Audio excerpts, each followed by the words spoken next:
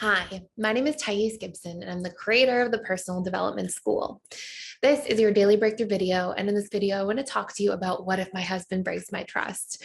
And the purpose and intent of this video is to share how I would treat a situation should I feel like there was a trust breach in some form in my relationship currently. And to really share, I did a part one of this video, like the key elements that are so important when it comes to like repairing our internal trust baseline and things that we can do if we are fearful avoidant or we just have prior trust issues that were related to attachment trauma in childhood. But I wanted to share like what trust would look like for me now as a secure person in my current relationship.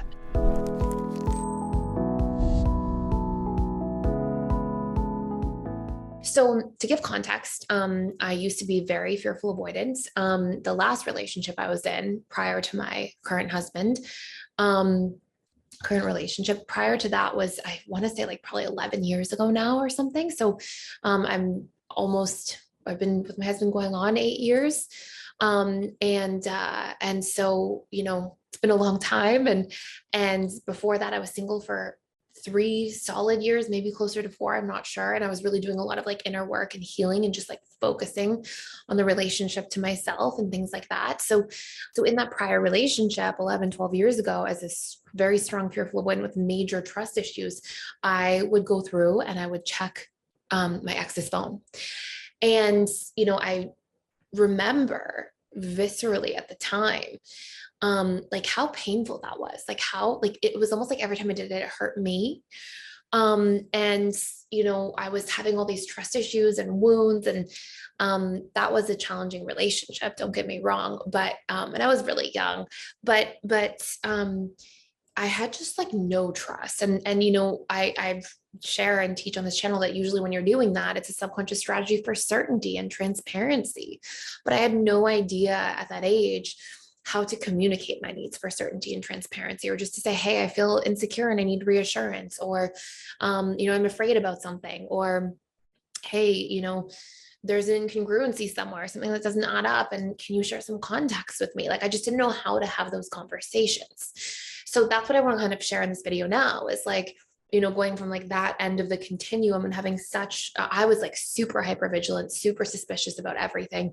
I would lay out these little tests in my past relationships, like just say something just to see how somebody would react, just to see if I could trust them or not. Like, and I get it. Like, I get what it's like to have a lot of those big fearful avoidant trust wounds. And so fast forward, I did a lot of work on what I call my internal baseline of trust, learning to set my own boundaries, communicate my own needs, take myself into consideration, manage my expectations, and realize like people are going to sometimes make mistakes. But I can hash that out. I can talk it out with somebody.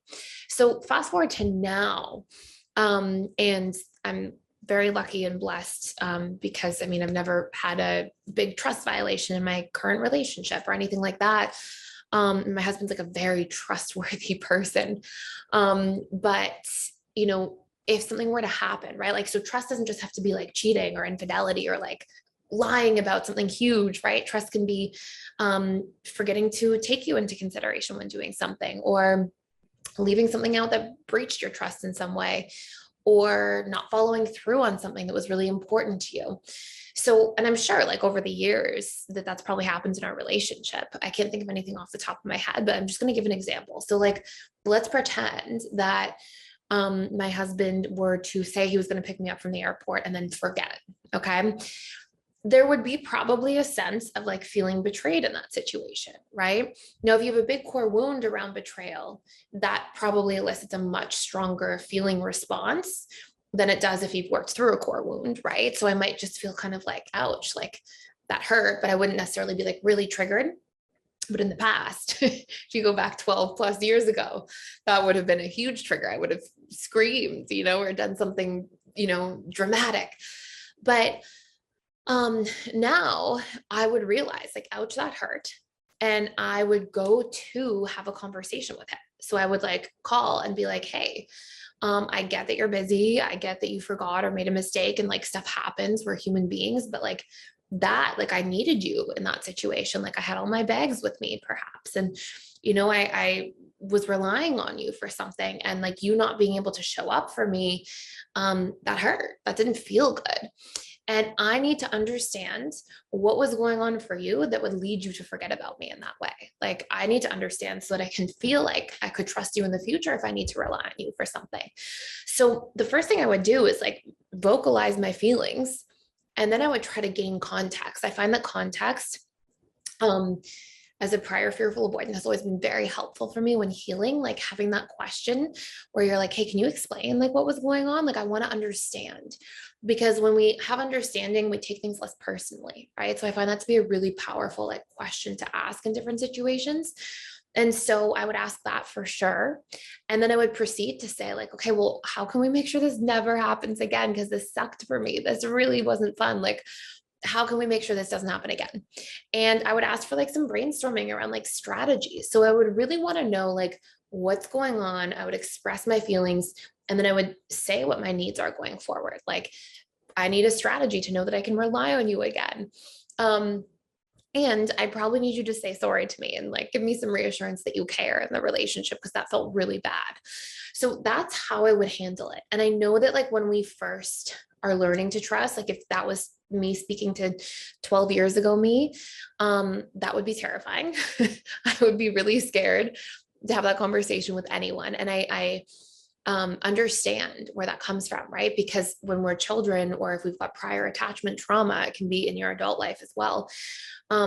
Being vulnerable feels like, why bother, right? Because if you've got conditioned patterns where when you were vulnerable, it didn't go well, then your subconscious mind literally associates that. It goes, oh, if I'm vulnerable, I'm going to just get rejected. And then I'm going to feel really bad, right? I'm going to already feel hurt and then be vulnerable and then feel even more hurt. And that's like almost this subconscious assumption your mind buys into. But until we start having conversations like this in our lives with people, and don't get me wrong, there's going to be times where like sometimes you have a conversation, it doesn't go perfectly with somebody. But until we start having conversations like that with people, we won't feel actually resolved. And I'm really big on like actual resolution. I don't believe like doing things halfway. I don't believe in saying like, oh, I forgive you, but then like I'm carrying it in my body and I still feel frustrated. I don't believe in saying like, oh, it's not a big deal, you just forgot the airport situation, it's fine, but then I'm still carrying it in my body. Like, I'm here for like actual resolution. Like, I want to emotionally feel like everything's okay. And sometimes there's things that we need to do in order to get there. And so through like really establishing that form of communication, it allows you the opportunity to have actual resolution, because you're like understanding and getting context and creating strategies for it not to happen again. And you're expressing a boundary or a need. So you're showing up for yourself in that experience. And then, you know, the point of that after is like, if then my husband forgot to pick me up from the airport every time I was ever on a flight or something like that, you know, there'd have to be consequences, right? Like, you know, depending on like how great the rest of the relationship was going, you know, I may just say, you know what, I'm not going to ever have you come pick me up from the airport again, and maybe take a step back emotionally in certain forms, or maybe leave the relationship if it's really not working. So I'm not saying just like have that conversation, and then if that person keeps repeating the situation, just stay. But I am saying that if you have those conversations across time, sometimes somebody won't show up the way that you want them to back. And that will be scary and that will hurt. But you're not having the conversation for them. You're having the conversation for you, because those are the types of quality conversations you want to be having in your life. Those are the types of relationships you want to be building in your life, I would hope, right? Like, we want to be able to actually resolve things with people around us.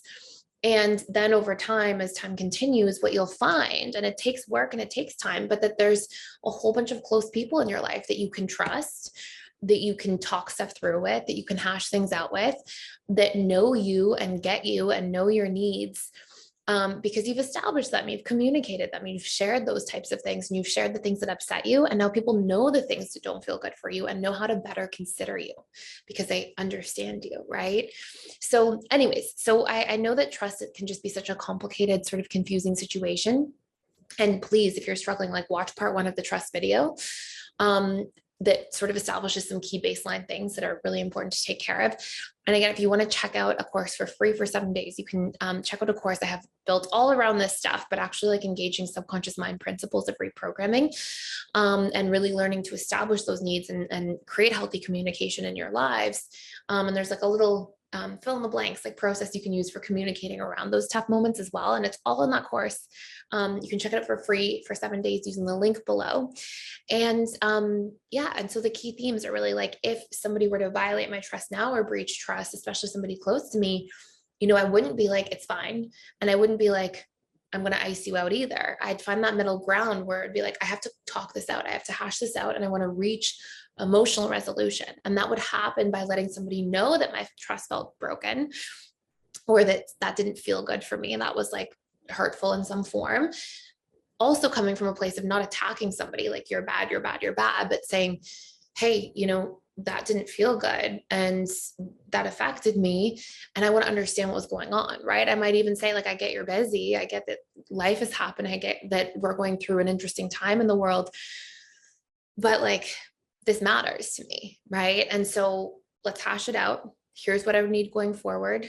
Here's what I need right now, maybe that context or transparency around something. And here's what would make me feel resolved. And can we try to reach that together? And that allows for that opportunity to properly move through any form of trust violation or breach of trust. So hopefully this makes a whole lot of sense. Let me know if you have any other questions about this. I'm going to try to go through like different really big themes in relationships, whether it's like trust or judgment or guilting or boundaries or just different things, and really talk about them from like more of a personal and practical perspective. So it's not just like me sharing these like big lessons with you or these tools or these things to know, but actually like the humanness of it, if that makes sense, like what it would really look like. Because I know that not a lot of people get a whole lot of secure modeling growing up. So hopefully I can share some of that in story format with you, whether it's stories for myself or other people. So anyways, let me know any comments you have or questions below. Thank you so much for watching and for being here. Please like, share, and subscribe if you haven't already, and I will see you in the next video.